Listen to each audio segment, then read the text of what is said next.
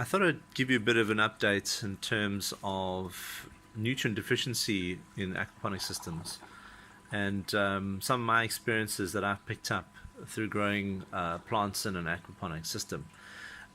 Obviously, your aquaponic system does have deficiencies in terms of certain nutrients, and what I've picked up in the course of growing a number of different plants in the system is that I've had potassium, iron, and magnesium deficiencies in the system. So I'll just speak about how I've been able to address some of those deficiencies, and what are some of the indicators that you may have such deficiencies within your system. In my last video, I picked up that the strawberry plants had a bit of an iron deficiency, and that was showing up as interveinal chlorosis on the leaves, and that simply is the yellowing of the leaves between the veins. You can see it on the strawberry plant at the moment, that there does seem to be a bit of yellowing on some of the older and newer leaves. That's probably a very good example down lower there of the interveinal chlorosis. And what I've been doing is adding a chelated iron to assist with iron deficiencies within the system.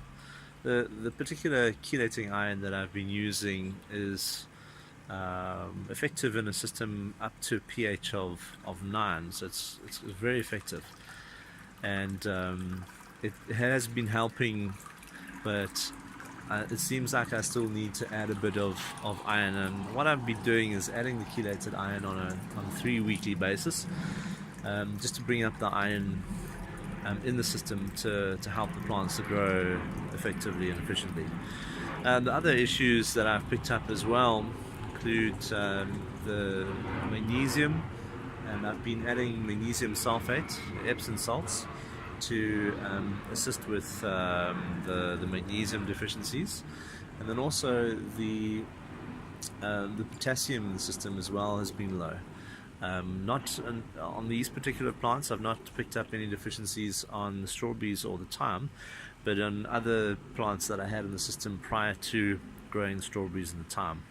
And so what I've been using to rectify the deficiencies is actually potassium chloride, which is a salt.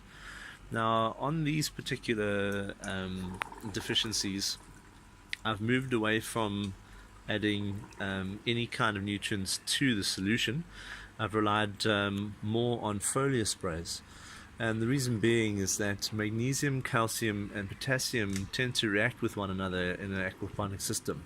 So by adding them into solution, if you add them in the incorrect dosages, they will tend to precipitate out, depending on how much of each of those nutrients you add to the system. So it is more expedient to ensure that you don't dose your plants or your system actually with the nutrients, but rather add them foliarly.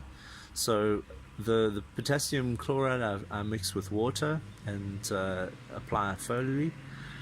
The magnesium sulfate, Epsom salts, I add foliarly as well, and then calcium I've been adding to the solution rather than foliarly. Now, the calcium, I've just added eggshells.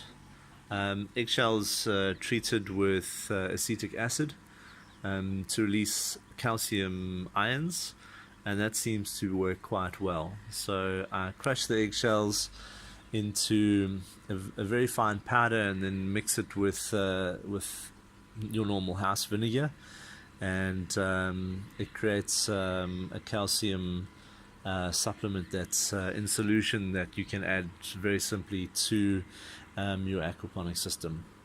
So that's just a bit of a breakdown of some of the nutrient deficiencies that I picked up and how I've dealt with them, and I hope this has been helpful.